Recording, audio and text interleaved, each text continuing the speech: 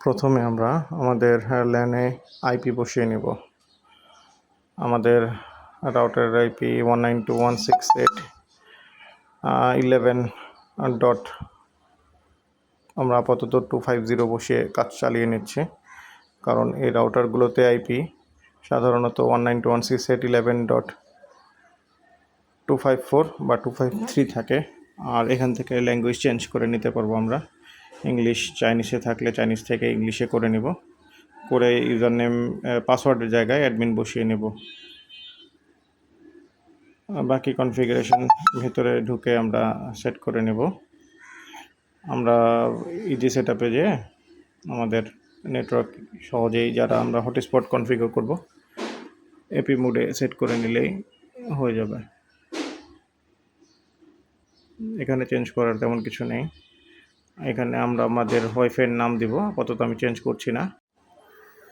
No password set করে দিয়েছি, যাতে পাসওয়ার্ড সেট করা না লাগে। অ্যাপ্লাই করে দিলাম। এবার অপেক্ষা করি, রিস্টার্ট হয়ে আসলে আমাদের ওয়াইফাই সেটিংস সম্পূর্ণ হয়ে যাবে।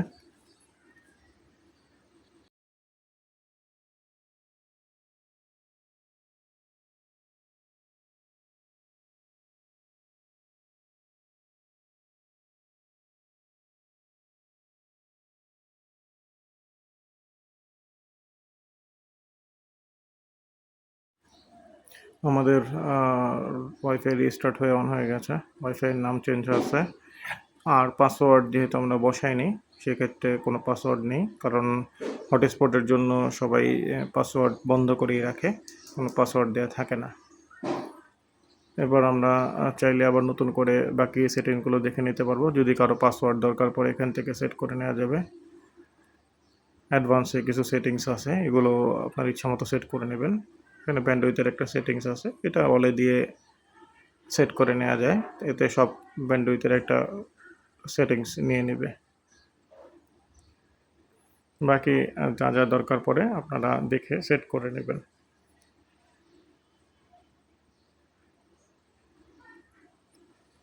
মোটামুটি এটুকুই কনফিগারেশনের সেট আপ, তেমন আর কিছু করার নেই, কারণ যেহেতু এটা একটা অ্যাক্সেস পয়েন্ট, এটাতে তেমন কোনো কনফিগারেশন করার মতো থাকে না।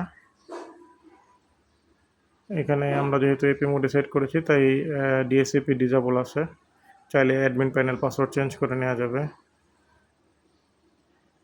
টুকিটাকি সেটিংগুলো এখান থেকে দেখে নিতে পারেন।